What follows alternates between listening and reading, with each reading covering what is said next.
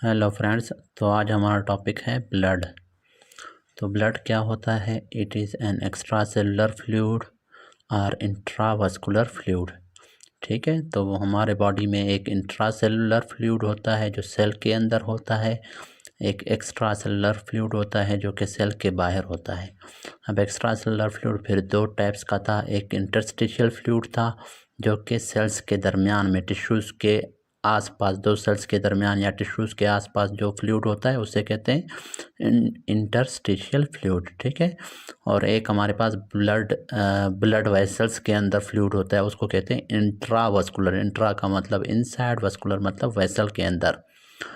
तो ये ब्लड क्या है? एक्स्ट्रा सेलुलर फ्लूइड है, और एक्स्ट्रा सेलुलर फ्लूइड में भी कौन सा फ्लूइड है? इंट्रावास्कुलर फ्लूइड है। ठीक है, blood consist of 45% blood cells and 55% plasma. ठीक है, तो जो ब्लड होता है उसमें 55% क्या होता है? प्लाज्मा होता है, और प्लाज्मा का भी 90% फिर क्या होता है? वाटर होता है, 91-92% तक। बाकी फिर हमारे पास मुख्तलिफ मटेरियल्स होते हैं, वेस्ट प्रोडक्ट्स होते हैं, न्यूट्रिएंट्स होते हैं, इलेक्ट्रोलाइट्स होते हैं। ठीक है, और ब्लड सेल्स 45% होते हैं। ठीक है, अब ब्लड सेल्स हमारे पास फिर तीन टाइप्स के होते हैं। एक को हम कहते हैं रेड ब्लड सेल्स या एरिथ्रोसाइट्स। ठीक है, एरिथ्रो क्या है? एक ग्रीक वर्ड है। एरिथ्रो मीन्स रेड, साइट भी ग्रीक वर्ड है जिसका मतलब है सेल, रेड सेल्स।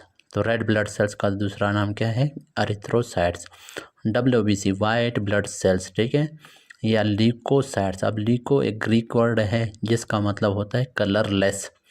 तो ये हमारे पास कलरलेस या वाइट, ये असल में वो कलरलेस होते हैं, इस वजह से इसको हम लोग ल्यूकोसाइट्स कह रहे हैं, लेकिन हमने इसको WBC का नाम भी दिया हुआ है, वाइट ब्लड सेल्स। ठीक है, तो इसको कलरलेस ब्लड सेल्स तो नहीं कह सकते ना, तो वाइट ब्लड सेल्स हमने इस वजह से नाम दे दिया है।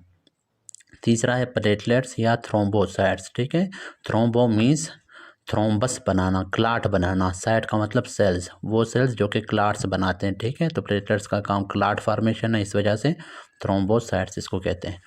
अब सबसे पहले आरबीसीज के बारे में पढ़ेंगे, एरिथ्रोसाइट्स के बारे में।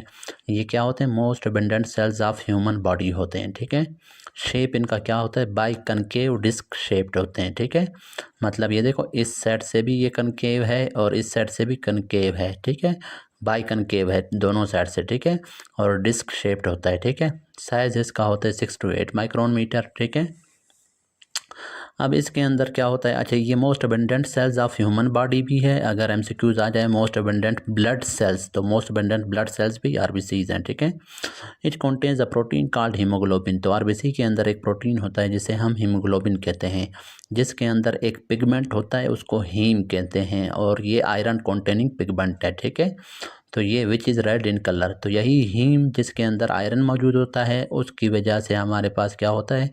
हीमोग्लोबिन रेड होता है, और हीमोग्लोबिन रेड होने की वजह से फिर आरबीसी रेड होता है, इस वजह से उसको रेड ब्लड सेल्स कहते हैं। ठीक है, तो due to which RBC appears red, that's why called RBC are erythrocytes. ठीक है, इट्स लाइफ स्पेन, इसका लाइफ स्पेन 4 मंथ्स या 120 डेज है। RBCs are produced in yolk sac. ठीक है, एम्ब्रियोनिक लाइफ में आरबीसी सबसे पहले यॉक सेक में बनते हैं, पहले चंद मंथ्स में, फिर उसके बाद लिवर में बनते हैं। ठीक है, फिर उसके बाद वो बोन मेरो में स्टार्ट हो जाते हैं। ठीक है, तो while after birth they are produced in bone marrow of long bones. Long bones जैसे फीमर, थाई बोन है, ठीक है, या टीबिया है, फेबुला है। ठीक है, इनके अंदर इमेच्योर या ह्यूमरस है।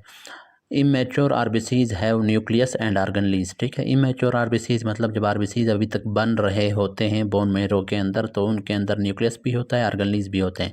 लेकिन जैसे जैसे वो मैच्योरिटी की तरफ जाता है तो उसके ऑर्गनलीज और न्यूक्लियस ख़त्म हो जाते हैं, और मैच्योर आरबीसीज क्या होते हैं? नॉन न्यूक्लिएटेड होते हैं एंड हैव नो ऑर्गनलीज। ठीक है, तो फंक्शन क्या है इसका? मेन फंक्शन क्या है? To transport oxygen throughout the body tissues with the help of haemoglobin.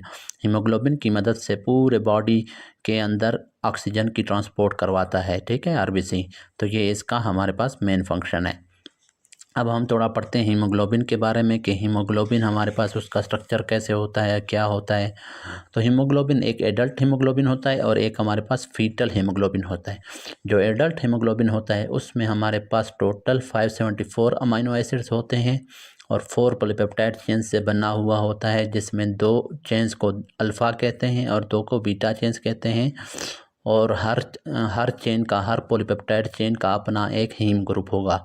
Polypeptide chain तो आपको पता होगा, poly means many, peptide means amino acid, many amino acid, बहुत सारे अमाइनो एसिड वाले चेन्स, ठीक है। तो 141 अमाइनो एसिड वाली चेन्स को अल्फ़ा कहते हैं, 146 अमाइनो एसिड वाली चेन को क्या कहेंगे, बीटा कहेंगे। और हर चेन का अपना एक हीम ग्रुप होगा, ठीक है। तो टोटल 4 हीम ग्रुप होते हैं और 4 पॉलीपेप्टाइड चेन होते हैं एक हीमोग्लोबिन मॉलिक्यूल में, ठीक है। तो आयरन कंटेनिंग हीम ग्रुप पर जो होता है वो बाइंड्स करता है ऑक्सीजन के साथ when iron is in ferrous form. Ferrous form में +2 की स्टेट में, ऑक्सीडेशन स्टेट जब +2 होगा आयरन का, उस वक्त वो ऑक्सीजन के साथ बाइंड होगा और ऑक्सी हीमोग्लोबिन बनाएगा, ठीक है। तो 4 हीम ग्रुप हैं, तो इसका मतलब 4 ऑक्सीजन मॉलिक्यूल्स के साथ एक हीमोग्लोबिन बाइंड हो सकता है, ठीक है। So maximum 4 oxygen molecules can bind with a single haemoglobin molecule while during foetal life. Foetal life के दौरान हीमोग्लोबिन जो होगा उसको फीटल हीमोग्लोबिन या HbF कहते हैं, which consist of 2 alpha and 2 gamma chains. उसमें फिर बीटा की बजाय गामा चेन्स होते हैं, ठीक है।